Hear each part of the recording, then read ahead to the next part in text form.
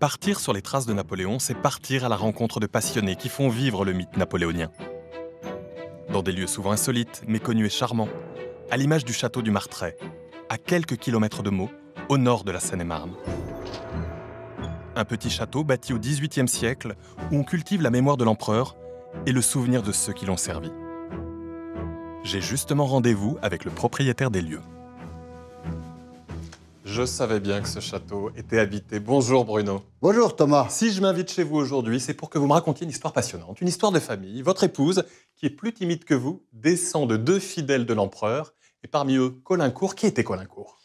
Alors, Armand de Caulaincourt a été le grand écuyer de l'empereur Napoléon Ier. Ensuite, à la demande de l'empereur, contrairement à ce que voulait Caulaincourt, il a été nommé ambassadeur de France en Russie pendant plusieurs années et a su d'ailleurs nouer une très grande intimité avec le tsar, ce qui agaçait un tout petit peu Napoléon Ier.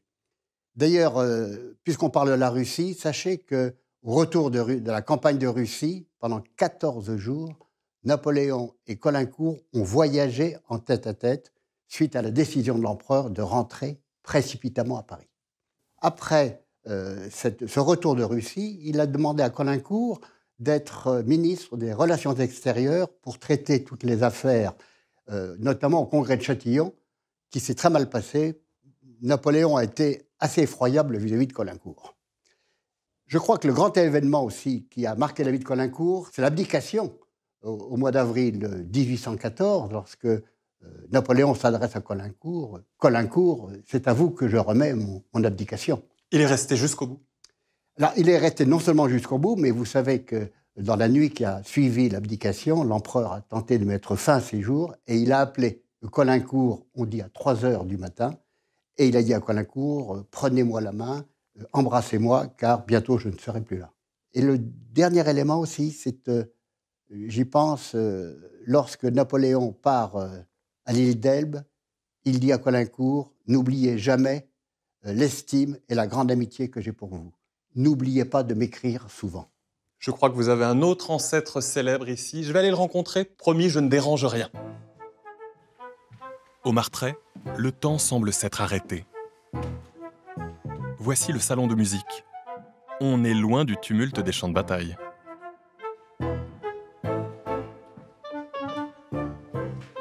Et voici l'autre grand homme de la famille, Pierre Daru, intendant général de la Grande Armée, et bien plus encore. Pour Napoléon, Daru était le plus grand administrateur de son temps. Un solide collaborateur à qui l'empereur écrivait souvent. Entre 1806 et 1814, Napoléon a adressé à Daru près de 600 lettres. Mais c'est quoi ce bruit dans le parc? Allons voir. Qu'est-ce qui se passe? Qu'est-ce que c'est que cette agitation? Bonjour Thomas. Tu arrives sur un bivouac, Premier Empire. C'est l'association Les Grognards de la Marne. C'est une association qui a été créée en 2010 et, il est vrai, avec des gens un peu fous, mais surtout des passionnés. Et ici, nous reconstituons bien sûr l'ambiance, mais aussi les batailles. Nous portons des uniformes 1812. Nous sommes tout de même des unités qui ont été glorieuses sur des champs de bataille, non seulement aux frontières, mais on le connaît beaucoup plus dans la campagne de France. Je vois qu'il y a des femmes sur ce bivouac. Elles étaient importantes, les femmes, à l'époque? Les femmes sont la vie du bivouac. Non seulement elles s'occupent de la victuaille, elles font à manger, elles entretiennent les uniformes, elles recousent les boutons, rattrapent les accros, gèrent l'argent du soldat. Sa solde est toujours versée à la fin des combats. Il y a moins de soldes à verser. Mais il faut savoir que c'est un élément incontournable du bivouac. C'est la partie humaine qui apporte du réconfort aux soldats après la bataille. Mais il n'y a pas que les femmes vivandières qui sont un poste très important, il est vrai, mais il y a aussi des jeunes dames qui étaient sous l'uniforme et se battaient comme les soldats. Beaucoup étaient des femmes dans la cavalerie, très expertes au niveau de la cavalerie. Ils ont fait des très belles prouesses. Mais Thomas, si on veut continuer à discuter ainsi, je pense que ta tenue n'est pas tellement adaptée et il serait bien que tu mettes une tenue plus appropriée. Tout de suite, chef de bataillon. Très bien.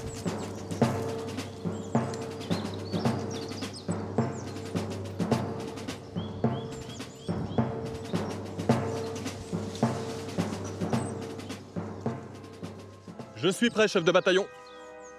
Très bien. Ce Charleville 1777 va compléter ton uniforme. Qu'est-ce que je porte, Laurent?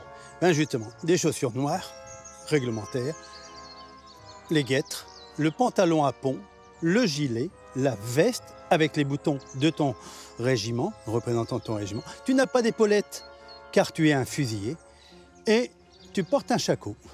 Je n'ai pas du tout le même uniforme que monsieur. Ah, c'est évident. Nous avons un chirurgien-major. Et effectivement, il a un plus bel uniforme, il porte un pistolet, il porte l'épée également, mais c'est surtout pour porter des soins. Le but est de sauver des vies sur les champs de bataille. Il paraît que tu vas m'apprendre à tirer. Oui, on peut y aller. Je te suis. Allez, viens. Merci, messieurs. Tu vas procéder au tir. Prends ta place. Stop. Voilà. Apprêtez vos armes. Joue.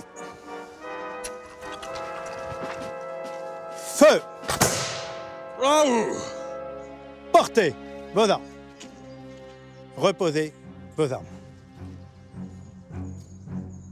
Repos. Très très bien. Merci. Tirer avec un fusil Charleville, comme à l'époque, si ça, c'est pas remonter le temps, bon, je vais plutôt laisser faire les pros.